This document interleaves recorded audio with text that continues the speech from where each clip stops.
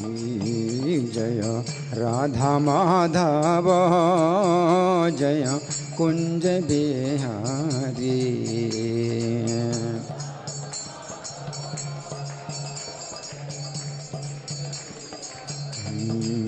नित्य गौर हरि बोल हरि बोल हरि बोल हरि बोल।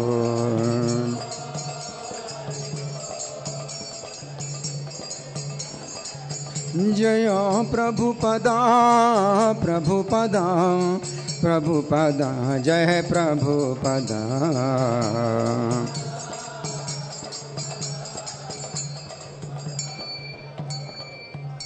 जय ओम विष्णुपाद परमहंस परिव्राजकाचार्य अष्टोत्तर Shri Srimad his divine grace Abhaycharanaravinda Bhaktivedanta स्वामी श्रील प्रभुपाद की जय।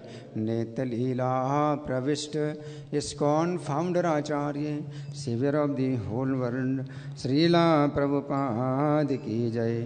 श्रीमती विष्णुप्रिया देवी आविर्भाव दिवस तिथि महामहोत्सव की जय। श्रील विश्वनाथ चक्रवर्ती ठाकुर तिरुभाव तिथि महामहोत्सव की जय। शिल पुंडरीक विद्यानिधि आविर्भाव तिथि महामहोत्सव की जय। शिल रघुनंदन ठाकुर आविर्भाव तिथि महामहोत्सव की जय। शिल रघुनाथ दास गोस्वामी आविर्भाव तिथि महामहोत्सव की जय। गौर Premanandi all glories to assembled devotees, all glories to assembled devotees, all glories to assembled devotees, all glories to Sri Guru and Gauranga। हरे कृष्णा। तो हम शीघ्रता कर रहे हैं एक एक त्यौहार की चर्चा करने के लिए। तो सबसे पहले कौन सा इसमें लिखा हुआ है?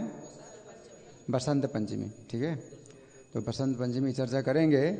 बसंत पंचमी, बसंत ऋतु जो वर्ष में 6 ऋतुएं आती हैं क्रम से, तो सबसे पहली ऋतु आती है बसंत ऋतु।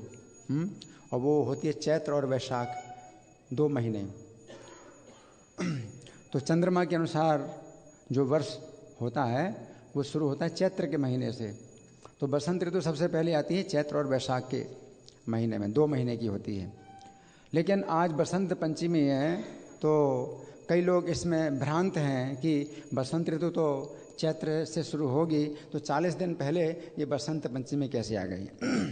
तो इसको समझना चाहिए कि बसंत पंचमी का जो दिन होता है ये एक प्रकार से सूचना देने के लिए है कि बसंत ऋतु आ रही है। जैसे राजा साहब आते हैं तो बहुत पहले से सूचना आती है कि सब लोग स्वागत के लिए तैयार हो जाइए, राजा साहब आ रहे हैं। तो मुनादी पीटती है, बहुत सूचना दी जाती है। तो ऋतु नाम कुसुमाकर, ऋतुराज, बसंत ऋतु को कहते हैं ऋतुराज, ऋतुओं का राजा है, सब ऋतुओं का राजा है। साल में एक बार इसका आगमन होता है, तो इसके आगमन की सूचना देने के लिए जैसे हरकारा होता है, राजा आ रहे हैं तो हरकारा सूचना देता है। तो ये जो है बसंत ऋतु का ये हरकारा, ये दिवस है जो कि सूचना दे रहा है। तो माघ शुक्ला पंचमी ये जो है बसंत पंचमी का दिन कहलाता है। और कुसुमाकर, भगवान कहते हैं कि तम ऋतु नाम कुसुमाकरा, ऋतुओं में कुसुमाकर मैं हूँ। तो बसंत को क्या कहते हैं? कुसुमाकर। कुसुम आकर, आकर का मतलब है भंडार। तो बसंत ऋतु क्या है? फूलों का भंडार। इसमें फूल ही फूल खिलते हैं, जहाँ देखो वहीं फूल खिलते हैं, है ना। तो ये जो है भगवान के धाम की ऋतु है। बैकुंठ में हमेशा बसंत ऋतु रहती है। बाकी जितनी ऋतुओं में कुछ असुविधाएं होती हैं, वर्षा ऋतु आती है तो कुछ असुविधाएं होती हैं, है ना। पानी बरस रहा है, कीचड़ हो रहा है, पानी मैला होता है ना। जाड़े में भी असुविधा होती है, गर्मी में असुविधाएं होती हैं। लेकिन बसंत ऋतु ऐसी ऋतु है जिसमें कोई असुविधा नहीं होती, ना जाड़ा होता है ना गर्मी होती है, और सब जगह फूल ही फूल खिलते हैं, है ना। तो ये जो है बैकुंठ धाम का एक नमूना है जो बसंत ऋतु आती है।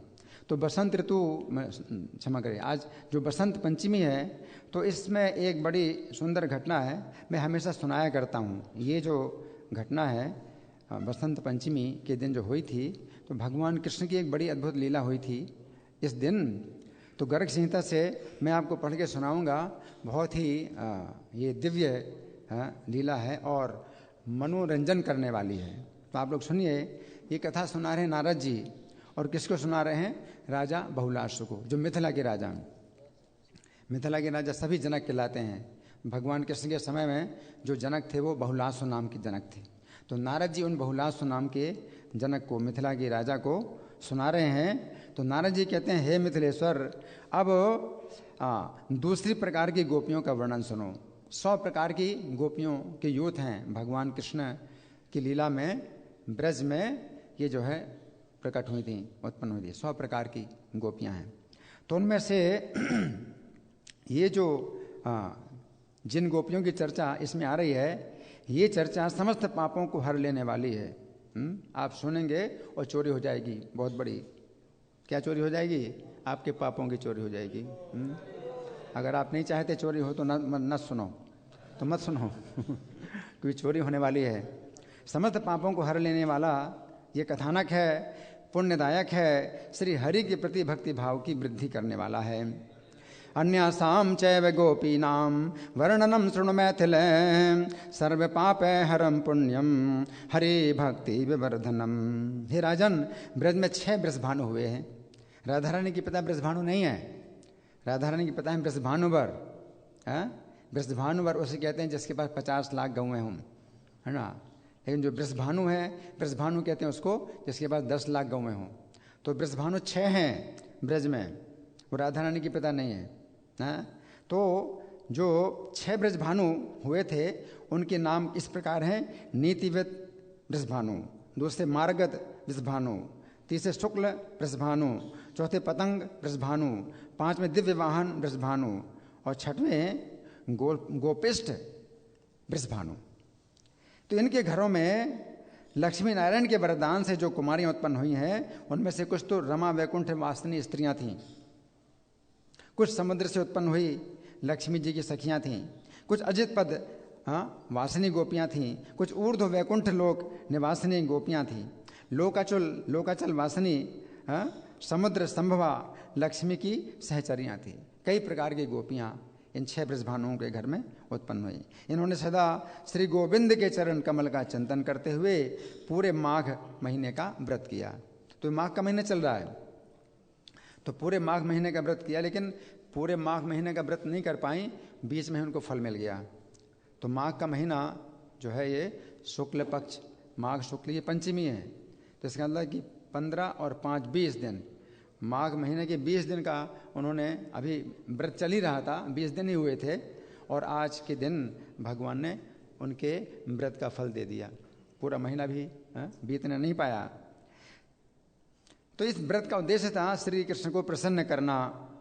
चिंत्यन्त्यः सदा श्रीमन् गोविंद चरणाम्बुजम् श्री कृष्ण से प्रसादार्थम ताभिर्माघे व्रतम कृतम। माघ मास के शुक्ल पक्ष की पंचमी तिथि को, जो आगामी बसंत के शुभागमन का सूचक दिन है, इनके प्रेम की परीक्षा लेने के लिए श्री कृष्ण इनके घर के निकट आए। तो भगवान तो परीक्षा लेंगे, है ना। तो परीक्षा लेंगे तो प्रश्न इस प्रकार से किए जाते हैं कि जिसमें आपको कुछ भ्रम पैदा हो, भ्रांति पैदा हो, और उससे आप जो है उत्तीर्ण हो। तो परीक्षा इस प्रकार की होती है। तो भगवान जो है उनको भ्रांति उत्पन्न कर रहे हैं, उनके प्रेम की परीक्षा लेने के लिए। तो भगवान क्या, किस रूप में आए? गोप वेश में नहीं आए, योगी के वेश में आए, व्याघ्र चर्म का वस्त्र धारण किए हुए, जटा का मुकुट बांधे हुए, मोर पंख का मुकुट नहीं है, जटा का मुकुट बांधे हुए, समस्त अंगों में विभूति रमाए, योगी के वेश में सुशोभित थे और बजा रहे हैं बंसी। बंसी नहीं छोड़ दे अपनी बंसी बजाते हुए जगत के लोगों का मन मोह रहे हैं। कौन है ये योगी, बंसी बजा रहा है, कैसा योगी है? व्याघ्र चर्मांबरम बिभ्रन जटा मुकुट मंडितः विभूति धूसरो वेणुम वादयन मोहयन जगन। अपनी गलियों में ऐसे योगी का शुभागमन हुआ देख करके सब ओर से मोहित और प्रेम विह्वल हुई गोपांगनाएं इस तरुण योगी का दर्शन करने के लिए आ गईं, झुंड की झुंड आ गईं। तासां वेथेषु संप्राप्तिं वीक्ष्य गोप्योऽपि सर्वतः आयुर्दर्शनं कर्तुं मोहिता प्रेम विह्वला। इस अत्यंत सुंदर योगी को देखकर प्रेम आनंद में डूबी हुई समस्त गोपांगनाएं परस्पर कहने लगी। आप एक दूसरे से बोल रही हैं, ऐसे एक दूसरे से बोल रही हैं। क्या बोल रही हैं? ये कौन बालक है? इसकी आकृति नंदन से ठीक ठीक मिलती जुलती है। अथवा ये किसी धनी राजा का पुत्र होगा, या अपनी स्त्री के कठोर वचन से मर्म बिंध जाने के कारण घर से विरक्त हो गया है और सारे कृत्य कर्म छोड़ दिए हैं। इसने अत्यंत रमणीय है, इसका शरीर कैसा सुकुमार है, सुकुमार कोमल, शरीर कैसा कोमल है, कामदेव के समान सारे विश्व का मन मोह लेने वाला है। अहो, इसकी माता कैसे जीवित रहेगी? बड़ी चिंता हो गई माता की, किसकी माता कैसे जीवित रहेगी? इसने घर छोड़ दिया है। और इसकी पत्नी कैसे जीवित रहेगी? इसकी बहन कैसे जीवित रहेगी? अति विरम्या सुकुमार देहो मनोजवन विश्व मनोहरोयम अहो कथम जीवति चास्य माता पिता च भार्या भगिनी विनयनम। अब भी विचार करके सब ओर से झुंड के झुंड ब्रजांगनाएं इस योगी के पास आ गईं। तो स्त्रियों के पास बल मिलता है, जब इकट्ठी होती है तो बल मिलता है। किसी पुरुष के पास कैसे जाएंगे? अकेली स्त्री नहीं जा सकती, लेकिन झुंड के झुंड होकर के उनको बल मिल गया, साहस मिल गया। और योगी के पास आ गई, प्रेम से बेहवल आश्चर्यचकित होकर योगी स्वर से पूछने लगी, हे योगी बाबा, तुम्हारा नाम क्या है? तुम्हारा नाम क्या है और तुम रहते कहाँ हो? तुम्हारी वृत्ति क्या है और तुमने कौन सी सिद्धि पाई है? ये सब बातें हमें बताओ। सिद्ध योगी ने कहा, मैं योगेश्वर हूं और सदा मान सरोवर में निवास करता हूं। मेरा नाम स्वयं प्रकाश है, स्वयं प्रकाश। किसी और का प्रकाश नहीं, मेरा ही प्रकाश स्वयं प्रकाश है। मैं अपनी शक्ति से सदा बिना खाए पिए रहता हूं। और हे ब्रजांगनाओं, परमहंसों का जो स्वार्थ है आत्म साक्षात्कार, उसी की सिद्धि के लिए जा रहा हूं और मुझे दिव्य दृष्टि प्राप्त हो चुकी है। सार्थे परमहंसानाम याम्यहम मे ब्रजांगना भूतम भव्यम वर्तमानम वेद्म्यहम दिव्य दर्शनः। मैं भूत भविष्य और वर्तमान तीनों कालों की बातें जानता हूं। मंत्र विद्या द्वारा उच्चाटन कर सकता हूँ, मारण जानता हूँ, मोहन जानता हूँ, स्तंभन जानता हूँ, वशीकरण भी जानता हूँ। बताओ। तो गोपियों ने पूछा, हे योगी बाबा, तुम तो बड़े बुद्धिमान हो, यदि तुम्हें तीनों कालों की बातें ज्ञात हैं तो बताओ हमारे मन में क्या है? हमारे मन में क्या है ये बताओ। सिद्ध योगी ने कहा, ये बात तो आप लोगों के कानों में कहने योग्य है। अथवा यदि आप लोगों की आज्ञा हो तो सब लोगों के सामने ही कह डालो। आज्ञा दीजिए तो सबके सामने कह दूं। भवती नाम च करणान्ते कथनीयम इदं वचः युष्मदाज्ञया वा वक्षे सर्वेषां शृण्वताम् है। गोपियां बोली, मुनि सचमुच तुम योगेश्वर हो, जानते हो, तुम्हें तीनों कालों का ज्ञान है, इसमें संशय नहीं है। यदि तुम्हारे वशीकरण से तत्काल वे यहीं आ जाएं। अब वे कौन? तुम तो जानते हो, वे आ जाएं। नाम थोड़ी बोलेंगे, तत्काल वो आ जाएं, जिनका हम मनी मन चिंतन करते हैं, तब मानेंगे कि तुम वशीकरण विद्या जानते हो। सिद्ध योगी ने कहा, हे ब्रजांगनाओं, तुमने तो ऐसी बात कही है जो परम दुर्लभ और परम दुष्कर है, बहुत दुष्कर है। तथापि तुम्हारी मनोनीत वस्तु को प्रकट करूंगा, क्योंकि सत्पुरुषों की कही हुई बात कभी झूठी नहीं होती है। हे ब्रज की वनिताओं, चिंता ना करो, अपनी आंखें मूंद लो, तुम्हारा कार्य अवश्य सिद्ध होगा, इसमें संशय नहीं है। तो नारद जी कहते हैं कि हे राजन, बहुत अच्छा कहकर जब गोपियों ने अपनी आंखें मूंद दी, तब भगवान श्री हरि योगी का रूप छोड़कर श्री नंद नंदन के रूप में प्रकट हो गए। गोपियों ने आंखें खोलकर देखा तो सामने नंद नंदन आनंद पूर्वक मुस्कुरा रहे हैं। पहले तो बहुत विस्मित हुई, फिर योगी का प्रभाव जाना कि योगी का कितना प्रभाव है। योगी का प्रभाव जानकर उन्हें हर्ष हुआ और प्रीतम का वो मोहन रूप देखकर मोहित हो गई। नेत्राण्युन्मील्य ददृशुः सानंदम नंद नंदनम विस्मितास्तन प्रभावज्ञा हर्षिता मोहमागता। तब माघ मास के महारास में पावन वृंदावन के भीतर श्री हरि ने उन गोपांगनाओं के साथ उसी प्रकार विहार किया जैसे देवांगनाओं के साथ देवराज इंद्र विहार करते हैं। तो ये जो घटना है आज के दिन हुई थी, तो इसलिए मैं हमेशा आज के दिन अगर अवसर मिलता है तो मैं सुनाता हूँ इस घटना को। तो बड़ी सुंदर घटना है ना। अच्छा, अब दूसरा त्यौहार क्या है? हाँ, लेकिन हम सरस्वती पूजा लेंगे पहले, तो फिर आविर्भाव तिरुभाव बाद में लेंगे। तो आज सरस्वती पूजा का जो दिन है, तो इसमें ब्रह्मवैवर्त पुराण में ये बताया गया है कि भगवान कृष्ण के शरीर से ही सब लोग प्रकट हुए। नारायण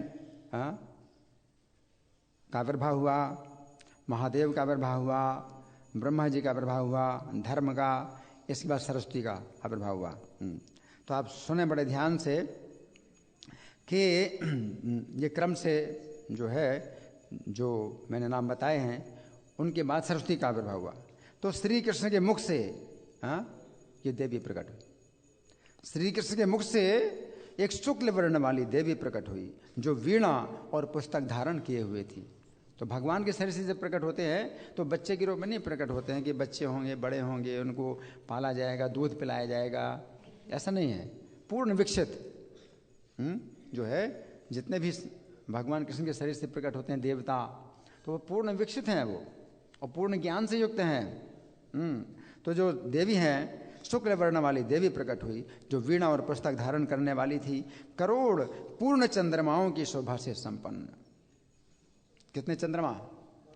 करोड़ पूर्ण चंद्रमाओं की शोभा से संपन्न थी। नेत्र शरत काल के कमलों का सौंदर्य धारण करते थे। अग्नि में शुद्ध किए हुए उज्जवल वस्त्र धारण किए थे और रत्न में आभूषणों से विभूषित थी। मुख पर मंद मंद मुस्कुराहट थी और दंत पंक्ति सुंदर दिखाई देती थी। 16 वर्ष की अवस्था, ये अवस्था है देवी की जो है, 16 वर्ष की अवस्था थी। सुंदरियों में भी श्रेष्ठ सुंदरी, श्रुतियों की माता, शास्त्रों की माता, विद्वानों की माता, यही वाणी की देवी, कवियों की इष्ट देवी और शुद्ध सत्य स्वरूपा और शांत रूपिणी सरस्वती। हरि बोल। गोविंद के सामने खड़ी होकर पहले तो वीणा बजाने लगी। सबसे पहले क्या किया उसने? वीणा बजाने लगी और उनके नाम गुणों का सुंदर कीर्तन किया। वीणा में उनके नाम गुणों का सुंदर कीर्तन किया। पहले हारमोनियम नहीं था, वीणा में सब कुछ था, हारमोनियम सब कुछ वीणा में था। तो वीणा के साथ नाम गुणों का सुंदर कीर्तन किया। फिर नृत्य करने लगी देवी। और श्री हरि ने प्रत्येक कल्प के युग युग में जो लीलाएं की हैं उन सब का गान करते हुए सरस्वती ने हाथ जोड़कर भगवान कृष्ण की स्तुति करी। तो प्रत्येक कल्प के प्रत्येक युग में, एक कल्प में 1000 चतुर्युगी होती हैं, है ना। तो प्रत्येक कल्प के प्रत्येक युग में जो भगवान की लीलाएं हुई हैं उनका उन्होंने गान किया और फिर हाथ जोड़ करके स्तुति करी। तो सरस्वती देवी स्तुति करती हैं जो रास मंडल के मध्य भाग में विराजमान हैं। भगवान रास मंडल में है, सरस्वती देवी प्रकट हुई उनके उस समय। तो रास मंडल के मध्य भाग में जो विराजमान हैं, रास उल्लास के लिए सदा उत्सुक रहने वाले हैं, रत्न सिंहासन पर आसीन हैं, रत्नमय आभूषणों से विभूषित हैं, उन मनोहर श्री कृष्ण को मैं प्रणाम करती हूँ। रास मंडल मध्यस्थम रासोल्लास समुत्सुकम रत्न सिंहासनस्थम चा रत्न भूषण भूषितम। जो रासेश्वर हैं, श्रेष्ठ रास करता हैं, रासेश्वरी राधा के प्राण वल्लभ हैं, रास के अधिष्ठाता देवता हैं और रासलीला द्वारा मनोविनोद करने वाले हैं। रासेश्वरम रासकरम वरम रासेश्वरीश्वरम राधा रासाधिष्ठात्र देवम चा वंदे रास विनोदिनम। उन भगवान गोविंद की मैं वंदना करती हूँ जो रासलीला के श्रम से थक गए, प्रत्येक रास में विहार करने वाले हैं और रास के लिए उत्कंठित हुई गोपियों के प्राण वल्लभ हैं। उन शांत मनोहर श्री कृष्ण को मैं प्रणाम करती हूँ। रासायास परिश्रांतम रास रास विहारिणम रासोत्सुकानां गोपीनां कांतम शांतम मनोहरम। यों कहकर प्रसन्न मुख वाली सती सरस्वती ने भगवान को प्रणाम किया और सफल मनोरथ होकर उनकी आज्ञा से श्रेष्ठ रत्नों के सिंहासन पर बैठ गई। भगवान ने आज्ञा दी कि अब बैठो आप, तो श्रेष्ठ रत्नों के सिंहासन पर बैठ गई। प्रणम्य तमित्युक्त्वा प्रहृष्टे वदना सती उवास सासकामा चा रत्न सिंहासने वरे। जो प्रातःकाल उठकर वाणी द्वारा किए गए इस स्तोत्र का पाठ करता है वो सदा बुद्धिमान होता है, धनवान होता है, विद्वान होता है और पुत्रवान होता है। इति वाणी कृतम स्तोत्रम प्रातरुत्थाय या पठेन बुद्धिमान धनवान सोपि विद्यावान पुत्रवान सदा। तो सरस्वती के संबंध में बहुत बातें हैं और भगवान कृष्ण ने स्वयं सरस्वती पूजा की जो विधि है वो आरंभ की। तो आज के दिन भगवान ने स्वयं सरस्वती की पूजा की थी। तो सरस्वती पूजा की विधि है, लेकिन कलयुग में केवल एकमात्र विधि है हरे कृष्ण महामंत्र का कीर्तन। बाकी जितनी पूजा है तो वो जो है अब सफल नहीं होती हैं। तो हम कलयुग में केवल हरे कृष्ण महामंत्र का कीर्तन करते हैं, लेकिन दूसरी जगहों में सरस्वती की पूजा की जाती है। अच्छा, अब हम लेंगे सबसे पहले किसका आविर्भाव तिरुभाव है? विष्णुप्रिया देवी का आविर्भाव। अच्छा, तो विष्णुप्रिया देवी का चरित्र बहुत विस्तृत है। हमारे पास तो समय नहीं है, बहुत कम समय है, तो हम थोड़ा सा उनके बारे में सुनेंगे। भगवान की 3 शक्तियाँ होती हैं, श्री शक्ति, भू शक्ति और नीला शक्ति। तो जो श्रीमती विष्णुप्रिया हैं ये भू शक्ति हैं, भगवान की भू शक्ति हैं। सत्यभामा भी कहलाती हैं, पृथ्वी देवी का अवतार हैं सत्यभामा। गौर अवतार में विष्णुप्रिया जो है भगवान के नाम के प्रचार में सहायता के लिए प्रकट हुई हैं। तो नवद्वीप धाम में सनातन मिश्र नामक एक परम विष्णु भक्त ब्राह्मण का निवास था। अनेक व्यक्तियों का भरण पोषण करते थे। यही द्वापर में राजा सत्यजित थे। कौन थे? राजा सत्यजित थे। कौन? गौरलीला में कौन है? सनातन मिश्र, है ना। उन्हीं की पुत्री जो सत्यभामा जो द्वापर युग में थी वो इस विष्णुप्रिया नाम। सनातन मिश्र की विष्णु की आराधना करने के फलस्वरूप विष्णुप्रिया नामक एक परम सुंदरी कन्या उत्पन्न हुई। अत्यंत बाल्यावस्था से ही विष्णुप्रिया दिन में 3 बार गंगा स्नान करती थीं और बड़ों का अनुकरण करके पूजा करती, अर्चना करती, तुलसी सेवा करती और जितने व्रत हैं सब व्रतों का पालन करती थीं। गंगा घाट में जब जाती तो सची माता को देखती थीं। सची माता को देखती तो बहुत नम्रता से उन्हें प्रणाम करती थीं और सची माता भी आशीर्वाद देती थीं कि तुम्हें योग्य पति प्राप्त हो। और योग्य पति उनके पुत्र ही हैं गौर सुंदर। इस प्रकार आशीर्वाद देती थी। सची माता मन ही मन कामना करती थी कि यही मेरी पुत्र वधू बन जाए। ऊपर से तो आशीर्वाद देते हैं कि योग्य पति प्राप्त हो, या मन ही मन मनोकामना करती हैं कि यही हमारी जो है पुत्र वधू बन जाए। गौर सुंदर की लक्ष्मी प्रिया नाम की पहली पत्नी जब परलोक गमन कर चुकी, इससे माता सची के हृदय में बहुत दुख हुआ था और कुछ दिन बीत गए। पुनः पुत्र का विवाह करवाने के लिए माँ सची बहुत उद्विग्न थी। आत्मियों से जो है कहती थी, या आत्मीय लोग कहते थे शीघ्र ही विवाह करो गौर सुंदर का। तो गौर सुंदर ने माता के मत का विरोध नहीं किया, विवाह करने की उन्होंने सम्मति प्रदान कर दी। सची माता ने विवाह का रिश्ता करवाने वाले काशीनाथ पंडित के घर एक सेवक को भेजा। तो काशीनाथ पंडित जो है ये बनेंगे संबंध कराने वाले। कोई ब्राह्मण होता है ना जो संबंध की बातचीत करेगा, तो काशीनाथ पंडित को बुलाने के लिए एक सेवक को भेजा। माता सची के द्वारा बुलाए जाने पर काशीनाथ पंडित तत्क्षण इनके घर आए और सची माता ने गौर सुंदर के विवाह की बात छेड़ दी। काशीनाथ पंडित ने कहा, यह तो उत्तम प्रस्ताव है, काम शीघ्र होना चाहिए। और सची माता ने सनातन मिश्र की पुत्री विष्णुप्रिया का नाम बताया कि वो कन्या है, बात करो आप। कन्या के माता पिता से आप बात करो। तो पंडित ने कहा कि मैं भी उसी कन्या का उल्लेख करने की सोच रहा था। बोले मैं भी तो सोच रहा था कि उसी कन्या के साथ विवाह हो, है ना। इस पर सची माता ने कहा, मैं तो गरीब हूँ, सनातन मिश्र क्या मेरे घर में बेटी देंगे? हाँ, आप जल्दी पता लगाओ कि उनके पिता जो है अपनी पुत्री क्या देना चाहेंगे। तो काशीनाथ पंडित ने उत्तर दिया, आपके निमाई जैसे सुंदर पुत्र को सनातन मिश्र यदि पुत्री नहीं सौंपेंगे तो और किसको देंगे? अपनी पुत्री अगर आपके पुत्र को ना सौंपें तो और किसको सौंपेंगे? इतना कहकर ये काशीनाथ पंडित कहाँ गए? किसके घर गए? सनातन मिश्र के घर गए। अपनी पुत्री की आयु के विषय में सोचकर सनातन मिश्र उपयुक्त वर की खोज कर रहे थे। उनको चिंता थी, कन्या विवाह के योग्य हो जाए तो पिता की चिंता उत्पन्न हो जाती है ना। तो सनातन मिश्र भी खोज कर रहे थे। नदिया में एकमात्र निमाई पंडित ही थे। सनातन मिश्र भी सोच रहे हैं, एकमात्र निमाई पंडित है, रूप गुण में अतुलनीय है, आयु भी कम है, ऐसे वर के हाथों पुत्री को सौंपना बड़े भाग्य की बात है। परंतु ये बात किसी से कहने में संकोच हो रहा है। तो सची माता संकोच कर रही हैं कि वह अपनी पुत्री हमारे पुत्र को कैसे देंगे, और सनातन में संकोच कर रहे हैं कि हमारी पुत्री को वो कैसे स्वीकार करें। तो वो बात करने में संकोच कर रहे हैं, है ना। तो जो वर वाले हैं वो भी संकोच कर रहे हैं, और जो वधू वाले हैं वो भी संकोच कर रहे हैं, एक दूसरे के प्रति संकोच कर रहे हैं दोनों।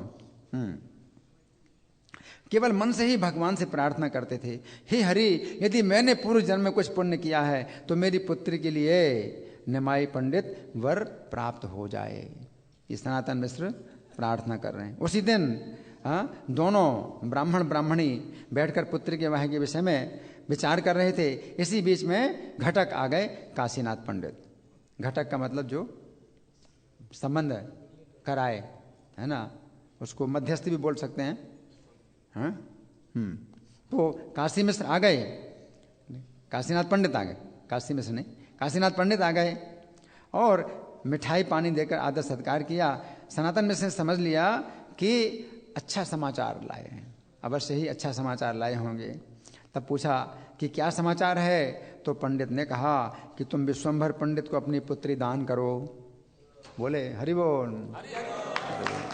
ये विवाह संबंध पूर्णतया उचित है, तुम्हारी पुत्री की उपयुक्त वो सुंदर पति है और उसके योग्य महासती ये कन्या भी उपयुक्त है। जिस प्रकार कृष्ण और रुक्मिणी एक दूसरे के लिए उपयुक्त हैं, उसी प्रकार विष्णुप्रिया और निमाई पंडित हैं।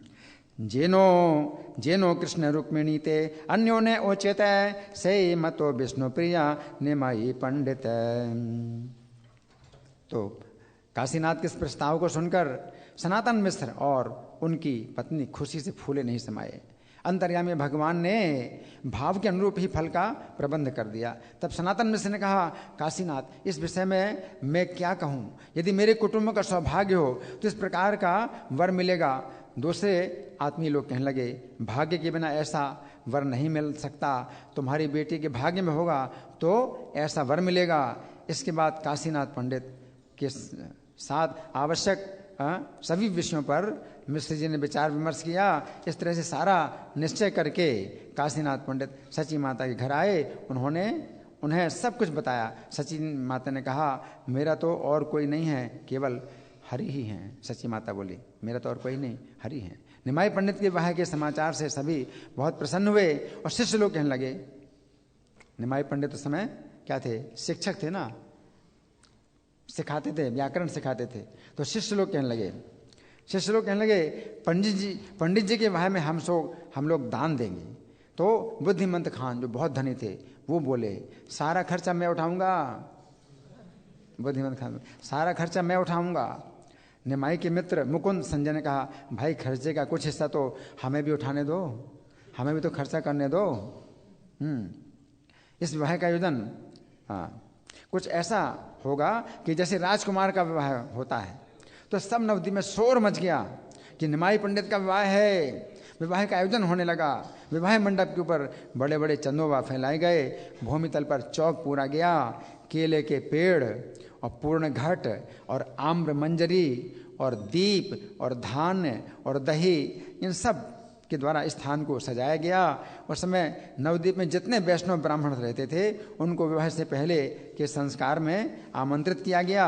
संध्या में उस संस्कार के समय बाजा बजाने वाले आनंद पूर्वक अनेक प्रकार के बाजे बजाने लगे। सच्ची का आंगन धीरे धीरे स्वजनों से, बंधु बांधवों से भरने लगा। भगवान की पूजा हुई, आरती हुई, भोग अर्पण हुआ और फिर अधिवास संस्कार हुआ। अंदर महल में स्त्रियां मांगलिक ध्वनि, संग ध्वनि करती रहीं और वैष्णवों ने हरि ध्वनि की। ईश्वर के विवाह में ऐसा लग रहा था मानो चारों ओर से सुख का समुद्र उमड़ पड़ रहा था। अधिवास में मीठे पान की व्यवस्था थी और जितनी जिसकी इच्छा उतने सामग्री उसे दी जा रही थी। जितने वैष्णव ब्राह्मण आए, श्री गौर सुंदर ने स्वयं उनके गलों में सुगंधित फूलों की माला पहनाई, चंदन लगाया। सभी लोग प्रसन्न मन से उन्हें शुभ आशीर्वाद दे रहे थे। ऐसा सुंदर विवाह है अधिवास पहले किसी ने नहीं देखा था। नदियाँ पूरी तो मानो सुख समुद्र में तैर रही थी। तो इस तरह से हमने विष्णुप्रिया देवी की कुछ वर्णन किया। श्रीमती विष्णुप्रिया देवी आविर्भाव तिथि महामहोत्सव की। अच्छा, आप दूसरा क्या है? विश्वनाथ चक्रवर्ती ठाकुर। इनका जो है हमारे वैष्णव कल्याण में केवल 13 भाव आता है, आविर्भाव नहीं आता। तो साल में केवल एक ही दिन हम इनको याद करते हैं। विष्णुप्रिया का भी एक ही दिन होता है क्योंकि शक्ति तत्व का 13 भाव मनाया नहीं जाता है ना। तो विश्वनाथ चक्रवर्ती ठाकुर के बारे में हमको सुनेंगे कि ये देवग्राम में उत्पन्न हुए थे। नदिया जिले के अंदर देवग्राम है, उसमें उत्पन्न हुए थे। और रामचंद्र चक्रवर्ती और रघुनाथ चक्रवर्ती इनके 2 और भाई थे। विश्वनाथ चक्रवर्ती ने मुर्शिदाबाद जिले के सैयदाबाद निवासी श्री कृष्णचरण चक्रवर्ती से मंत्र ग्रहण किया था। अब हमारे जो गुरु परंपरा है उसमें विश्वनाथ चक्रवर्ती ठाकुर को नरोत्तम दास ठाकुर के बाद बताया गया है कि नरोत्तम दास ठाकुर। तो शिक्षा के अनुसार जो परंपरा है वो इस प्रकार की है। लेकिन वैसे मंत्र दीक्षा है इनको किसी और से मिली थी। तो विश्वनाथ चक्रवर्ती ठाकुर ने नदिया में रहते हुए व्याकरण, काव्य, अलंकार, शास्त्र आदि का अध्ययन कर लिया। लोक परंपरा के अनुसार इन्होंने अध्ययन करते हुए इसी विद्यार्थी जीवन में एक दिग्विजयी पंडित को तर्क से परास्त किया। बाल्यकाल में संसार के प्रति उदासीन थे, तभी इनकी अल्प आयु में इनके पिता ने इनका विवाह कर दिया और कुछ समय तक घर पर रहे। उसके पश्चात घर का परित्याग करके वृंदावन वासी हो गए। इनके आत्मीय स्वजनों ने इन्हें घर लौटा लाने के लिए बहुत प्रयास किए। तो ये वृंदावन धाम जाकर राधा कुंड के किनारे पर श्री कृष्णदास कविराज गोस्वामी की भजन कुटीर में उनके शिष्य श्री मुकुंद दास के साथ रहे और गोस्वामी ग्रंथों का अध्ययन किया। यहीं पर बैठकर इन्होंने अनेक गोस्वामी ग्रंथों की टीका लिखी। तो विश्वनाथ चक्रवर्ती ठाकुर श्री गोकुलानंद विग्रह की सेवा किया करते थे और हरिवल्लभ दास के नाम से भी प्रसिद्ध हुए। इनके भक्तों ने ही इन्हें चक्रवर्ती उपाधि प्रदान की ना। तो इनके विषय में काफ़ी बातें हैं। तो हमें ये समझना चाहिए कि जो विश्वनाथ चक्रवर्ती ठाकुर ने जो लिखा है गुरुअष्टकम प्रार्थना, जो कि हम लोग रोज़ गाते हैं और हमारा दिन शुरू होता है गुरुअष्टकम के गान के साथ साथ, है ना। तो विश्वनाथ चक्रवर्ती ठाकुर ने ये गुरु अष्टकम जो लिखा है, अष्टक का मतलब है 8 श्लोक। तो 8 श्लोक लिखा है, लेकिन एक 9वां श्लोक लिखा है इसके महात्म्य का, जो हम गाते नहीं हैं लेकिन हमको जानना चाहिए कि इस गुरु अष्टकम का महात्म्य उन्होंने 9वें श्लोक में जो लिखा है वो क्या है। श्रीमद् गुरु अष्टकमे तदुच्चैर ब्राह्मे मुहूर्ते पठति प्रयत्नात् यस्तेन वृंदावननाथ साक्षात सेवे वलभ्य जनु सोनते। कि जो इस गुरु अष्टकम को श्रीमद् गुरु अष्टकमे तदुच्चैर ऊंचे स्वर में पाठ करे और कब, ब्राह्मे मुहूर्ते, ब्राह्मे मुहूर्त में पाठ करे और प्रयत्नात् माने प्रयत्न पूर्वक पाठ करे। यस्तेन वृंदावन नाथ साक्षात, तो उसको वृंदावन नाथ की साक्षात सेवा प्राप्त होगी जनु सोनते हुए, शरीर के छोड़ने के बाद। अरे वो विश्वनाथ चक्रवर्ती ठाकुर ने अगर कह दिया तो भगवान बंध गए, अपने भक्त के वचन से भगवान बंध जाते हैं, है ना। तो एक इतने के द्वारा भी जो है हमें भगवान के धाम की प्राप्ति हो सकती है और साक्षात भगवान की सेवा प्राप्त हो सकती है, एक इतने के द्वारा भी। कि अगर एक नियम बना लिया जाए कि भाई मंगल आरती, और प्रभुपाद ने नियम बनाया ब्राह्मण मुहूर्त में ही मंगल आरती होती है, 4:30 बजे जो शुरू होती है, तो ब्राह्म मुहूर्त 4:10 से 4:58 तक चलता है, 48 मिनट का। इसी में प्रभुपाद ने नियम बनाया।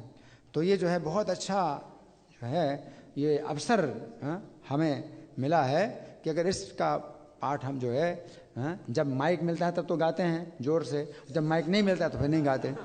लेकिन बिना माइक के भी आप गाइए, ऊंचे स्वर से गाइए, है ना, क्योंकि ये जो है बहुत बड़ा अवसर है कि अगर आप अपनी शक्ति लगाएं, उच्च प्रयत्नात्, ऊंचे स्वर में पाठ करिए और प्रयत्न पूर्वक पाठ करिए, तो साक्षात वृंदावन नाथ की सेवा प्राप्त हो जाएगी, इतने से ही प्राप्त हो जाएगी।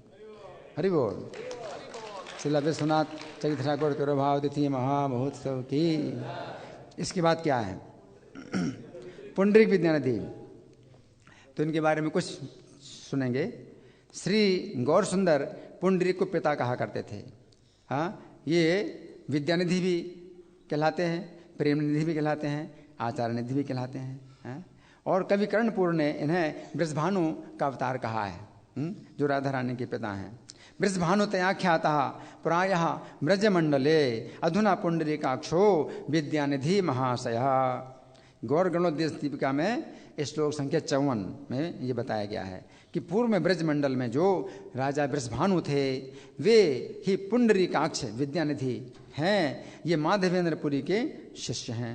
गदाधर पंडित ने इन्हें गुरु रूप में वर्ण किया। तो राधा रानी जो पिछले जन्म में इनकी पुत्री थी, इस जन्म में वो गदाधर पंडित के रूप में राधा रानी इनके शिष्य बने।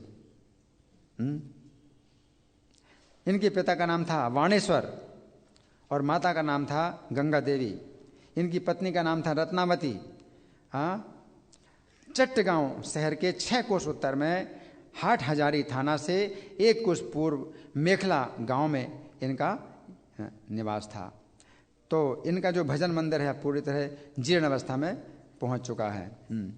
तो चैतन्य भागवत में लिखा है, चाटी ग्राम में जन्म हुआ जिन परम पंडित का, उनके लिए समस्त लोगों में सबसे श्रेष्ठ अपना धर्म था, यानी कृष्ण की भक्ति।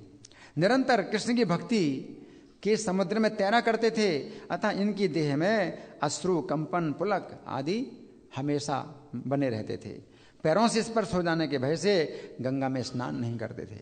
अब कोई गंगा में स्नान ना करे तो लोग निंदा भी करते हैं, लेकिन किसी का भाव क्या है, भगवान तो भावग्राही हैं, भावग्राही जनार्दना।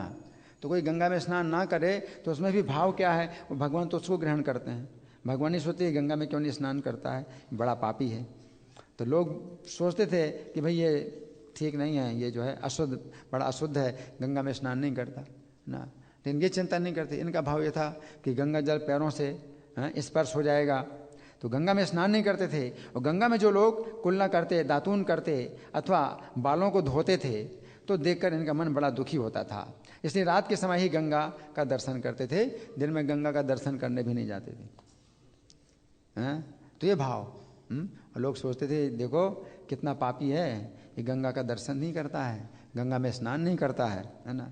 तो ये भाव था। तो भगवान चैतन्य ने नवद्वीप में महाभाव को प्रकट करने के बाद विद्यानिधि का नाम रो करके लिया।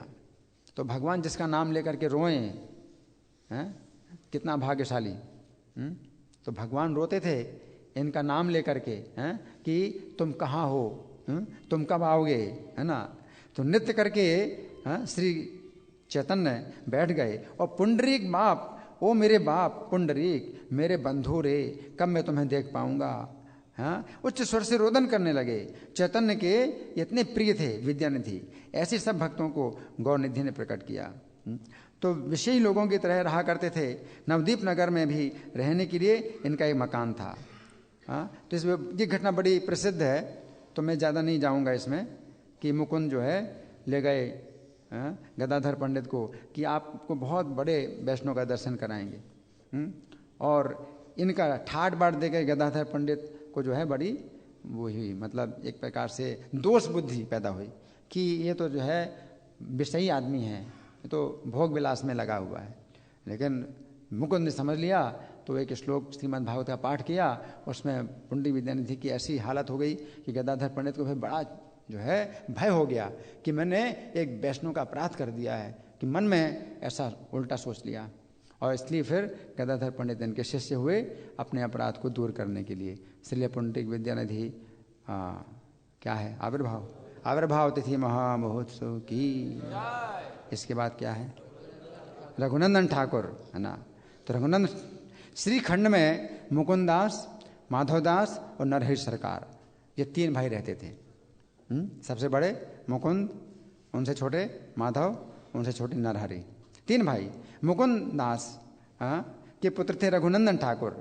मुकुंदास राजा के वैद्य थे, सर्वदा कृष्ण के आवेश में अपना कार्य संपन्न किया करते थे। तो एक बार मुकुंद गए, चिकित्सा के कार्य से गए, है ना। तो उस समय बड़ी अद्भुत घटना हुई है। अपने घर में वे गोपीनाथ की सेवा किया करते थे। एक बार चिकित्सा के कार्य से बाहर गए, रघुनंदन को जो है सेवा करने के लिए कहा, गोपीनाथ की सेवा। उन्होंने कहा घर में जो है सेवा का कार्य है, बहुत ध्यान से इन्हें खिलाना।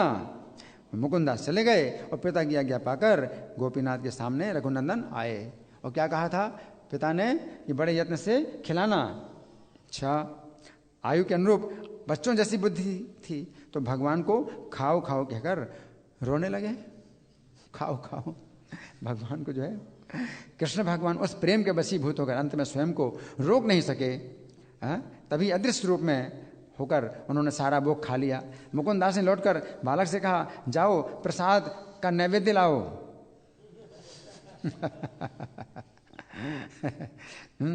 उस शिशु ने उत्तर दिया, आप सुनो, उन्होंने पूरा खा लिया तो कुछ बचा नहीं, तो मैं कहाँ से लाऊं प्रसाद।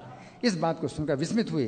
किसी दूसरे दिन बालक से कहकर उससे भोग लगाने की अनुमति दे करके घर के बाहर चले गए और जल्दी से लौटकर छुपकर बैठ गए। उन्हें कुछ विश्वास भी हुआ कि बच्चा सरल स्वभाव का है, झूठ नहीं बोल सकता, और कुछ संदेह भी हुआ कि खा लिया हो बच्चे ने। तो पूरी तरह से वो उनको विश्वास भी नहीं हुआ और पूरी तरह से उल्टा भी नहीं सोचा, तो कुछ संशय था, तो अब छिप करके बैठ गए। और रघुनंदन ने बहुत प्रसन्न होकर गोपीनाथ के हाथ में लड्डू थमा दिया और बार बार खाओ खाओ कहने लगे। जब तक इन्होंने आधा खाया था, मुकुंद दरवाजे में दिखाई दिए, तो उन्होंने जितना खाया था उतना ही फिर रह गया। गोपीनाथ जो है अब नहीं खा सकते, कोई देख रहा है। जब उनको पता चला कोई देख रहा है तो खाना बंद कर दिया, आधा लड्डू खाया। ये देखकर मुकुंद प्रेम से विभोर हो गए। अपने पुत्र को गोदी में लेकर गदगद स्वर में और नैनों से अश्रुधारा बरसाते हुए बोलने लगे, आज भी श्रीखंडपुर में आधा लड्डू हाथ में लिए भगवान विराजमान है। हरि बोल। तो ये जो है रघुनंदन ठाकुर के विषय में हमने कुछ सुना। इसलिए रघुनंदन ठाकुर आविर्भाव तिथि महामहोत्सव की। अब किसका नाम है? रघुनाथ दास गोस्वामी का नाम है ना।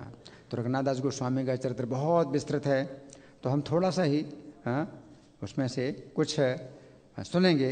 रघुनाथ दास गोस्वामी राधा कुंड में वास करते थे। उस समय तक राधा कुंड का संस्कार नहीं हुआ था। संस्कार का मतलब क्या है? चैतन्य महाप्रभु ने खोजा था राधा कुंड को, तो वो सब जो है, और कोई भी कुंड हो, अगर उसकी खुदाई नहीं होती है, नियमित रूप से खुदाई नहीं होती है, तो कुंड क्या है, भर जाता है ना। तो भरा हुआ था, तो उस कुंड में क्या था कि मतलब मिट्टी मिट्टी थी और थोड़ी गहराई थी, तो संस्कार नहीं हुआ था उस कुंड का।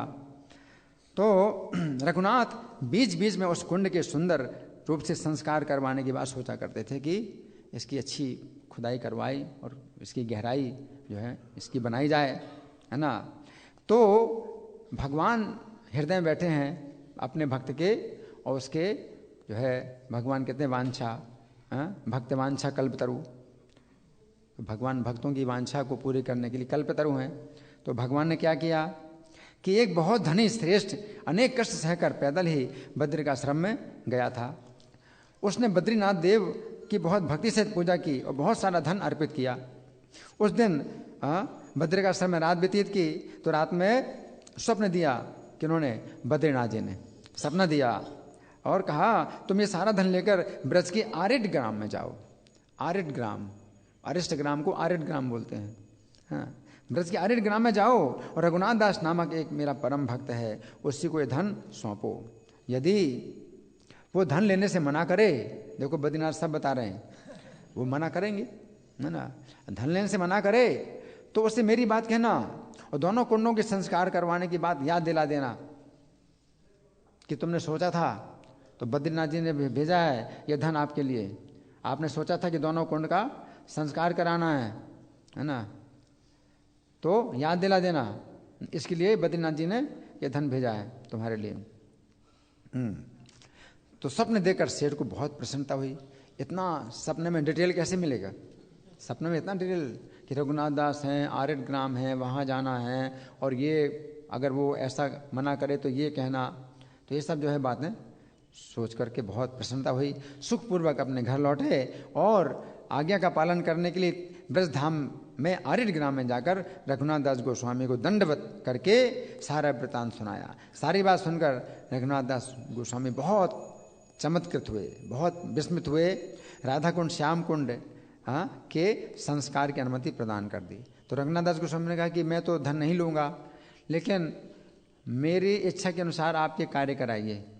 तो कितना बड़ा लंबा चौड़ा कुंड होना है श्याम कुंड का, वो सब जो है उनके मार्गदर्शन में राधा कुंड, श्याम कुंड का जो है वो हुआ। तो इस समय जो इतना मतलब बढ़िया सीढ़ियाँ, पक्की सीढ़ियाँ है ना, आप देखते हैं राधा कुंड की, श्याम कुंड की, तो ये रघुनाथ दास गोस्वामी की इच्छा के कारण हुआ। हरि बोल, हरि बोल, है ना। तो उस महाजन सेठ को बहुत प्रसन्नता हुई। तभी उसी समय उन्होंने अनेक व्यक्तियों को नियुक्त करके शीघ्र ही दोनों कुंडों को अच्छी तरह से खुदाई करवाई, है ना। राधा कुंड के किनारे पर पंच पांडव 5 वृक्षों के रूप में थे। उनको जब कटवाने का निश्चय किया गया, उसी रात को पांडवों ने रघुनाथ दास गोस्वामी को दर्शन दिया, ना, दर्शन दिया कि पेड़ मत कटवाओ, क्योंकि हम ये 5 पांडव हैं। तो आज भी वे पेड़ कुंड के किनारे शोभित हो रहे हैं। अब तो उनमें से कुछ सूख गए, कुछ हैं। राधा कुंड, श्याम कुंड के संस्कार हो जाने पर भक्तों की आनंद की सीमा नहीं रही। कुंडों के आसपास अष्ट सखियों के कुंड भी हैं और कुंज आदि का निर्माण भी करवाया। इस सब कुछ देखकर रघुनाथ दास गोस्वामी खुशी से पागल हो गए। तो रघुनाथ दास गोस्वामी का जो भजन है वो कैसे होता था कि वे, अब तो हो गया ना पूरा, तो इनके बारे में कुछ चर्चा करेंगे। तो इनका भजन ऐसा होता था कि प्रातःकाल स्नान करके बैठ जाएं जप करने के लिए। तो 64 माला का नियम था। 1 लाख नाम या 2 लाख नाम होंगे, 2 लाख नाम जपते थे। तो नाम जपते तो दिन भर इनका नाम जप चलता रहता था। तो इनको पता नहीं चलता था, सवेरे से दोपहर हुई और शाम हुई, उनको पता नहीं चलता था। वो नाम के रस में इतने डूबे रहते थे, है ना। तो सनातन गोस्वामी आए एक बार देखने के लिए कि रघुनाथ कैसे भजन कर रहा है। तो क्या देखा सनातन गोस्वामी ने कि रघुनाथ जो है जप करने में बिल्कुल मस्त हैं, तल्लीन हैं, उन्हें कुछ पता ही नहीं चल रहा है ना। और धूप जो है जेठ की धूप है, जेठ की गर्मी बहुत तेज होती है, जेठ की धूप जो है बहुत तेज है। और राधा रानी जो है अपना वस्त्र जो है उठा करके इनको जो है छाया कर रही हैं। पीछे राधा रानी खड़ी अपने वस्त्र से इनको छाया कर रही हैं, चुनरी, है ना। और सनातन गोस्वामी ने देखा तो सोचते हैं कि देखो कैसा ये जो है बुद्धू ये भजन में ऐसे लगा हुआ है, राधा रानी से सेवा ले रहा है। रघुनाथ, राधा रानी जो है अदृश्य हो गई। रघुनाथ कैसे भजन करते हो? प्रभु क्या हुआ? तुम जो है सेवा करने के लिए भजन करते हो, सेवा कराने के लिए भजन करते हो? राधा रानी जो है पसीना पसीना हो रही हैं, तुमको छाया कर रहे हैं। तो प्रभु क्या करूं? तुम पेड़ के नीचे भजन किया करो। तो पेड़ के नीचे बैठ गए भजन। अब पेड़ के नीचे भजन करते हैं तो वही हाल इनका, इनको पता ही नहीं चलता है, सवेरे से दोपहर और दोपहर से शाम हो जाए, पता नहीं चलता है। तो फिर दोबारा आए सनातन गोस्वामी और देखते हैं कि भजन तो कर रहा है और कृष्ण जो है पीछे जो है अंगरक्षक के रूप में खड़े हैं, बॉडीगार्ड हैं। श्याम कुंड में जो है शेर शेरने का जोड़ा पानी पी रहा है और कृष्ण जो है रक्षा में तैनात हैं कि अगर आक्रमण करेंगे तो मैं रक्षा करूं लाठी लेके तो जो भी हो, तो कृष्ण जो है पीछे खड़े हैं रघुनाथ दास गोस्वामी रक्षा में, और सनातन गोस्वामी देख के भगवान अंतर्धान हो गए, और सनातन गोस्वामी फिर डांट रहे हैं, रघुनाथ कैसे भजन करते हो, क्या हुआ प्रभु, तुम भजन करते हो सेवा करने के लिए, सेवा कराने के लिए, कृष्ण जो है तुम्हारे अंगरक्षक के रूप में तुम्हारी रक्षा करने, तो क्या करूं प्रभु, बोले तुम कुटिया में बैठ के भजन करो, तो शेरों का कोई फिर खतरा नहीं है, अगर कुटिया तो भजन कुटीर बनाए, तो वहीं पर भजन कुटीर भी है रघुनाथ दास गोस्वामी की, वहीं समाधि भी है ना, तो वहाँ पर भी अखंड कीर्तन चलता है और यहाँ भी अखंड कीर्तन चलता है, तो दोनों जगह अखंड कीर्तन चलता है रघुनाथ दास गोस्वामी। तो रघुनाथ दास गोस्वामी का चरित्र बहुत दिव्य है। तो अब हम पुष्पांजलि के लिए तैयार हो जाएं। शिला रघुनाथ दास गोस्वामी आविर्भाव तिथि महामहोत्सव की, शिला रघुनंदन ठाकुर आविर्भाव तिथि महामहोत्सव की, शिला पुंडरिक विद्यानिधि आविर्भाव तिथि महामहोत्सव की, शिला विश्वनाथ चक्रवर्ती ठाकुर तिरोभाव तिथि महामहोत्सव की, श्रीमती विष्णु प्रिया देवी आविर्भाव तिथि महामहोत्सव की, श्रील प्रभुपाद की। अच्छा ये किताबें रख लेना, किसी को बोल दो, इसके अंदर किताब, इसको निकालो जरा, ये कहाँ से निकालो,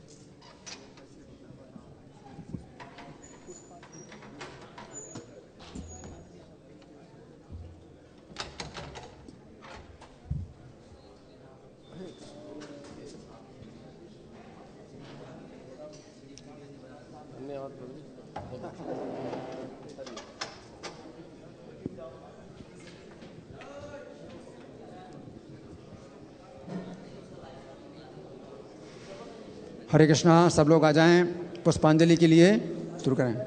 सब लोग मेरे पीछे बोलें। ओम अज्ञान तिमिरांधस्य ज्ञानांजन शलाकया चक्षुरुन्मीलितं येन तस्मै श्रीगुरवे नमः। श्रीचैतन्य मनोभीष्टं स्थापितं ये